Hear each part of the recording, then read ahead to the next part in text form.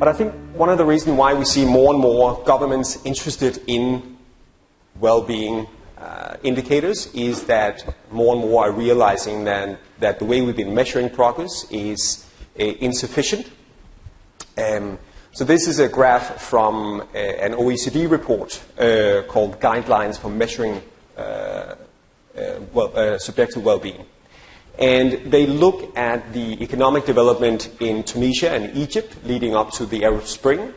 And if we looked at that indicator, things looked as if they were going well. So a 33% increase leading up to the Arab Spring. People were getting richer, so you would imagine that people were also getting happier.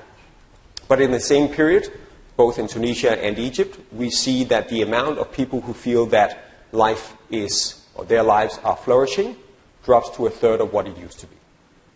So the OECD concludes that well-being measures are often a better indicator of sort of the social sentiment in the public. And I think that's why more and more countries are embracing some of these measures. And that, of course, brings us to the next natural question: how do we actually measure these things? And it's not easy, but it's by no means impossible. But whether we talk about happiness or well-being or quality of life, they all have the same challenge, and that is that they are quite wide terms.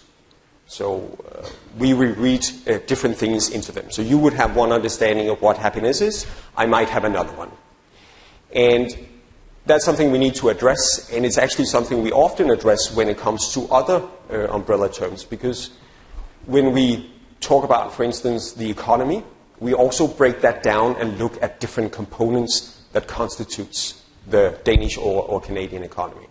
So if I was to talk about the Danish economy, I could say that growth this year is 1.4%, unemployment is around 4%, interest rates are at an absolute low, and so on. And I can break the Danish economy down into different components, and that gives us an ability to talk about how is the Danish economy doing. And that's the same approach we also need to have with well-being and quality of life. So breaking it down and looking at different components. And the OECD recommends that we look at least 3 different dimensions when it comes to well-being. So first, they ask us to look at life evaluation or life satisfaction, which is an overall assessment of how we feel or how happy we are with our life overall. So taking a step back and evaluating our lives. Sometimes we use something called the Cantrell ladder, which asks people to imagine a ladder with steps from 0 to 10, imagining the worst possible life they could lead and the best possible life they could lead. Where do they feel they stand right now? That's the metric that is fed into the World Happiness Report.